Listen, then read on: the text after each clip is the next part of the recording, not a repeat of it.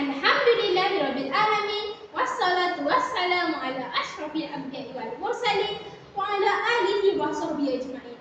Assalamu alaikum and a very good morning to our honorable judges, timekeeper, and all my fellow friends. Today, I would like to deliver my speech entitled Building a Compassionate Country.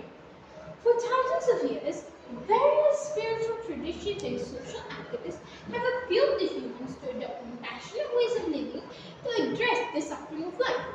Yet, alone for potential for compassion and self-sacrifice, the last few thousand years of wars have shown humans can be extraordinarily selfish, callous, vicious, and cruel, dreaming of a peaceful, developed, and compassionate country and its people prosperous is the dream of all people in the world.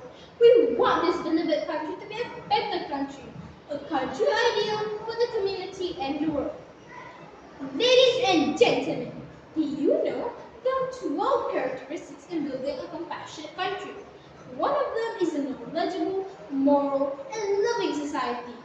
A compassionate country needs a society that is knowledgeable, ethical, caring, and balanced in terms of physical, mental, emotional, and spiritual, and cooperate with each other to carry out their responsibilities of functioning as a society that will advance a developed country. They also have the discipline and quality of a progressive society, based on noble life values and always supplied with true information. As Allah said in Surah Al-Furqan, verse 63, and the slaves of the most beneficent are those who walk on the earth in humility and sedateness. And when the foolish address them with bad words, they reply back with mild words of gentleness. The compassionate country can only be born after the process of development and education of the people and the community.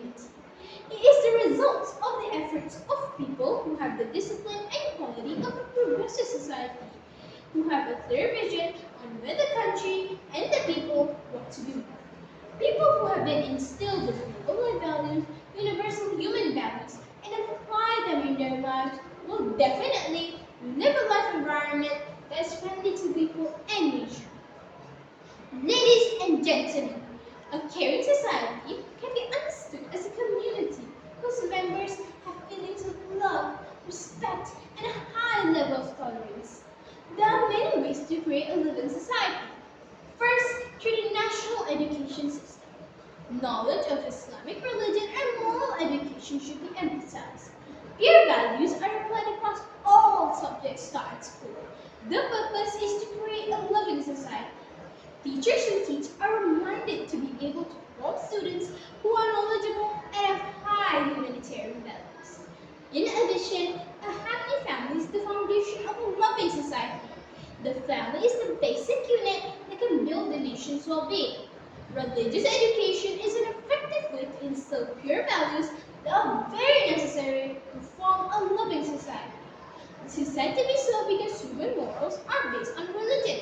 As a plural society, we are lucky because the atmosphere in our country is suitable enough to achieve this goal. Ladies and gentlemen, I have lined out a few ways on how to build a compensation country. Now, it is up to us to implement it.